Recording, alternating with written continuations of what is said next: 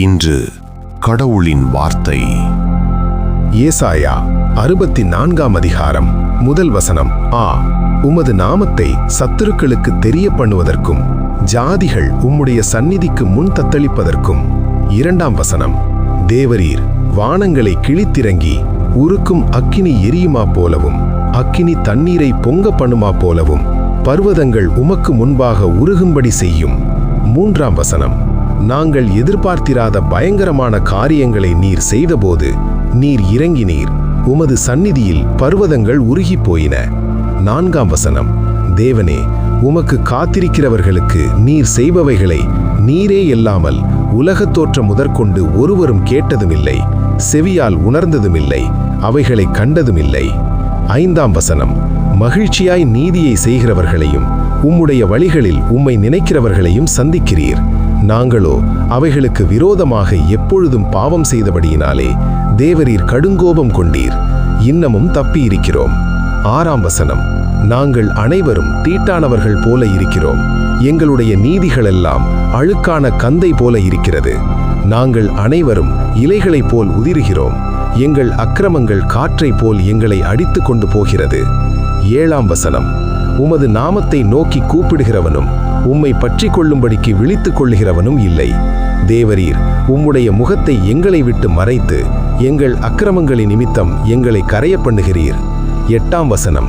இப்பொழுதும் கர்த்தாவே, நீர் எங்களுடைய பிதா, நாங்கள் களிமண், நீர் எங்களை உருவாக்குகிறவர், நாங்கள் அனைவரும் உமது கரத்தின் கிரியை.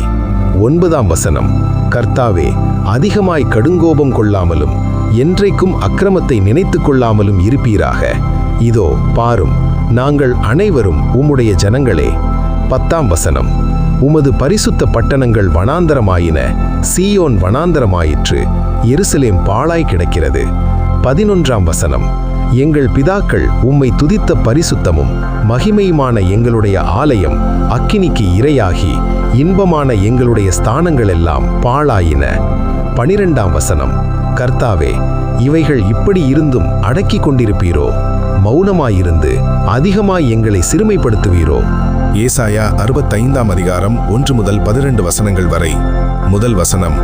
என்னை குறித்து விசாரித்து கேளாதிருந்தவர்களாலே தேடப்பட்டேன், என்னை தேடாதிருந்தவர்களாலே கண்டறியப்பட்டேன். என்னுடைய நாமம் விளங்காதிருந்த ஜாதியை நோக்கி, இதோ இங்கே இருக்கிறேன் என்றேன். 2ஆம் வசனம். நலமல்லாத வழியிலே தங்கள் நினைவுகளின்படி நடக்கிற முரட்டாட்டமான ஜனத்தண்டைக்கு நாள் முழுதும் என் கைகளை நீட்டினேன். 3ஆம் வசனம். அந்த ஜனங்கள் என் சந்நிதியிலே நித்தம் எனக்கு கோபம் உண்டாக்கி தோட்டங்களிலே பலியிட்டு செங்கற்களின் மேல் தூபம் காட்டி. 4ஆம் வசனம். பிரேத குழிகள் அண்டையில் உட்கார்ந்து பாழான ஸ்தலங்களில் இரா தங்கி பன்றி இறைச்சியை தின்று தங்கள் பாத்திரங்களில் அருவருப்பானவைகளின் ஆணத்தை வைத்திருந்து. 5ஆம் வசனம். நீ உன்மட்டில் இரு, என் சமீபத்தில் வராதே, உன்னை பார்க்கிலும் நான் பரிசுத்தன் என்று சொல்லுகிறார்கள்.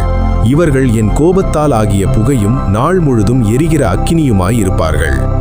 6ஆம் வசனம். இதோ அது எனக்கு முன்பாக எழுதியிருக்கிறது, நான் மௌனமாயிராமல் சரிக்கு சரி கட்டுவேன். 7ஆம் வசனம். உங்கள் அக்கிரமங்களுக்கும் மலைகளில் தூபங்காட்டி மேடைகளின் மேல் என்னை நிந்தித்த உங்கள் பிதாக்களுடைய அக்கிரமங்களுக்கும் தக்கதாக அவர்கள் மடியிலே சரி கட்டுவேன்.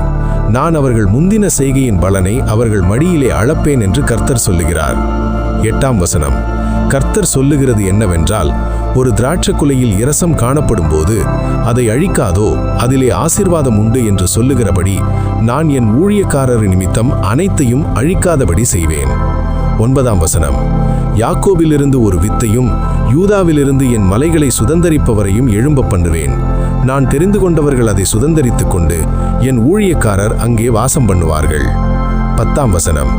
என்னை தேடுகிற என் ஜனத்துக்கு சாரோன் ஆட்டுத்தொழுவமாகவும் ஆகோரின் பள்ளத்தாக்கு மாட்டுக்கிடையாகவும் இருக்கும். 11ஆம் வசனம்.